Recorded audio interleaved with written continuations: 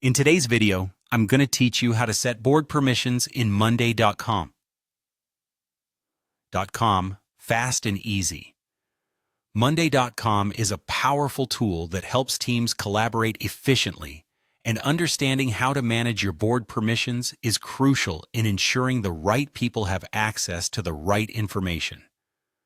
Whether you're a team lead, project manager, or simply a team member trying to streamline your workflow, these instructions will guide you every step of the way.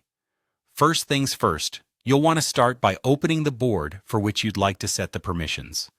It's important to have the board readily available on your screen because all the actions we'll be taking today will be based on this specific workspace. Once your board is open, you'll notice there's a handy three-dot menu located on the top right corner of the board.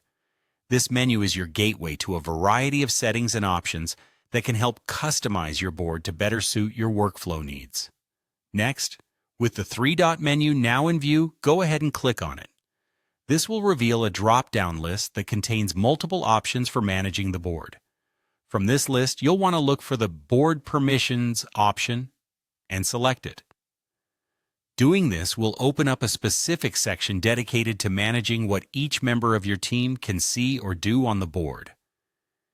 In the Board Permissions section, you'll have the ability to adjust who can view or edit the items on the board.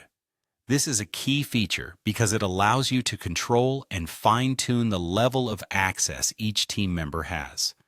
It's all about ensuring that sensitive information is only accessible to those who need it, while also allowing the right team members to make necessary edits without any roadblocks. Take your time to carefully review these permissions with your team structure in mind.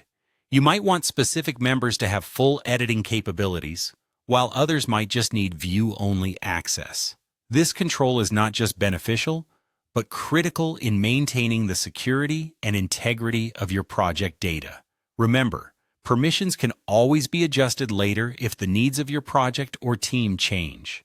By setting these permissions accurately, you enable your team to work more cohesively, minimize disruptions, and maximize productivity. And there you have it.